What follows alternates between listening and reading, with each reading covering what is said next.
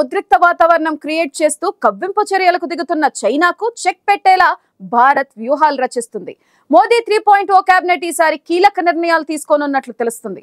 అందులో భాగంగానే సరిహద్దు సమస్యలను పరిష్కరించే విధంగా చర్యలు తీసుకుంటుంది. భారత్లోని పలు ప్రాంతాలకు పేర్లు మారుస్తూ మ్యాప్లు విడుదల చేసిన చైనాకు చెక్ పెట్టేలా భారత్ టిబెట్లోని 30 ప్రాంతాలకు పేర్లు మార్చాలని నిర్ణయించినట్లు తెలుస్తుంది. చైనా దూకుడుకు అడ్డుకట్టు వేయాలంటే ఇదే సరైన నిర్ణయమని భావించినట్టు తెలుస్తుంది.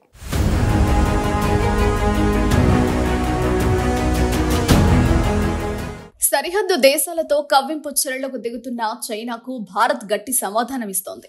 భారత్లోని భూభాగాలను తమవని చెప్పుకుంటూ పేర్లు మారుస్తున్న చైనా కొత్త మ్యాప్లను రూపొందిస్తోంది. భారత్ సరిహద్దులో దుందుడుకు చర్యలకు పాల్పడుతున్న చైనా ఇప్పటికీ పలుమార్లు భారత్ సరిహద్దుల్లో ఆక్రమణలకు పాల్పడింది. అరుణాచల్ ప్రదేశ్ లో పలు ప్రాంతాలకు పేర్లు మార్చిన చైనా కొద్ది రోజుల క్రితం కాశ్మీర్లోని ఏకంగా రోడ్ల నిర్మాణం చేపట్టింది.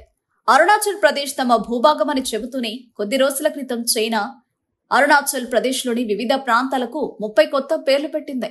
అంతేకాదు మే 1 నుంచి అరుణాచల్లోని ఆ 30 ప్రాంతాలను కొత్త పేర్లతోనే పిలవాలని ఓ లిస్టును విడుదల చేసింది. చైనా సార్వభౌమాధికార హక్కులను క్లెయిమ్ చేసుకునే ప్రదేశాల పేర్లను విదేశీ భాషలలో పిలవకూడదని, వాటి పేర్లను విదేశీ భాషల నుంచి చైనీస్ లోకి అనువదించకూడదని ఆ లిస్టులో పేర్కొన్నట్లు తెలిపింది. దీంతో చైనాకు చెక్ పెట్టేందుకు భారత్ సిద్ధమైంది. టిబెట్లోని 30 ప్రాంతాలకు పేర్లు మార్చాలని భారత్ భావిస్తోంది. ప్రధాని నరేంద్ర మోదీ నేతృత్వంలోని కేబినెట్ టిబెట్ ప్రాంతంలోని 30 ప్రాంతాలకు పేరు మార్చాలనే నిర్ణయానికి ఆమోదం తెలిపినట్లు తెలుస్తోంది. చైనా దోకుడుకు అడ్డుకట్ట వేయాలనే భారత్ ఈ చర్య తీసుకుంటున్నట్లు ప్రచారం జరుగుతోంది.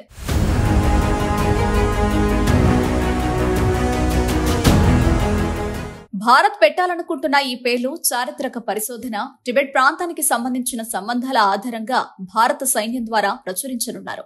వాస్తవ నియంత్రణ రేఖ వెంట వారి మ్యాప్లను అప్డేట్ చేస్తారు.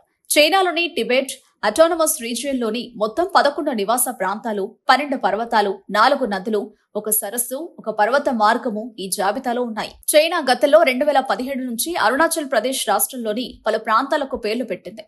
ఆ సమయంలో భారత్ తమ తీవ్ర నిరసన తెలిపింది. అరుణాచల్ భారత్ లో అవిభాజ్యం భాగమని చెప్పింది. టిబెట్ ప్రాంతాన్ని చైనా బలవంతంగా ఆక్రమించిందన్న తర్వాత భారత్ ఈ భూభాగాన్ని చైనాలో అంతర్భాగంగా అంగీకరించింది.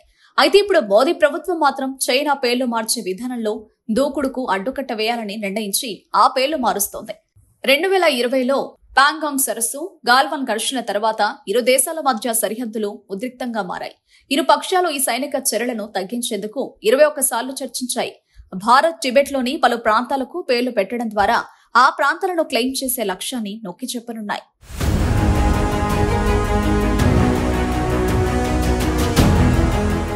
ప్రస్తుతం చైనా తన సరిహద్దు దేశాలతో ఉద్రిక్త వాతావరణం కోరుకుంటోంది.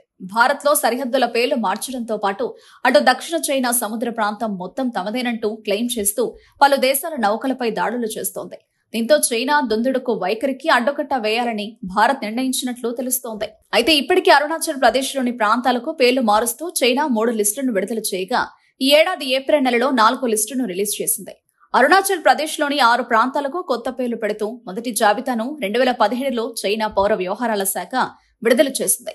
2021లో 15, 2023లో 11 ప్రాంతాలకు కొత్త పేర్లు పెడుతూ మరో 2 లిస్టులు డ్రాగన్ కంట్రీ విడుదల చేసింది. అరుణాచల్ ప్రదేశ్ ను జాంగ్నాన్, దక్షిణ టిబెట్ అని పిలవడమే కాకుండా భారత్ భూభాగానికి చెందిన ప్రాంతాలకు పేర్లు కూడా పెట్టడంపై భారత్ ఆగ్రహం వ్యక్తం చేసింది. చైనా చర్యలను భారత్ అంతర్జాతీయ వేదికగా ఖండించింది. ఈ నేపథ్యంలో అరుణాచల్ ప్రదేశ్ భారత్ లో భూభాగం అంటూ అమెరికా సైన్యం స్పష్టం చేసింది. అయినా కూడా చైనా పేర్లు మారుస్తూ వచ్చింది. దీంతో చైనాకు చెక్ పెట్టేలా టిబెట్ లోని 30 ప్రాంతాలకు పేర్లు మార్చి గట్టి షాక్ ఇవ్వాలని భారత్ భావిస్తోంది. విదేశాంగ శాఖ మంత్రిగా రెండోసారి బాధ్యతలు స్వీకరించిన ఎస్ జయశంకర్ చైనా మరియు పాకిస్తాన్లకు సంబంధించిన సమస్యలపై భారతదేశం యొక్క బలమైన వైఖరిని పునరుద్ఘాటించారు. సరిహద్దు సమస్యలు, ఉగ్రవాదం రెండింటినీ భారత్ దృఢంగా పరిష్కరిస్తుందని ఆయన స్పష్టం చేశారు.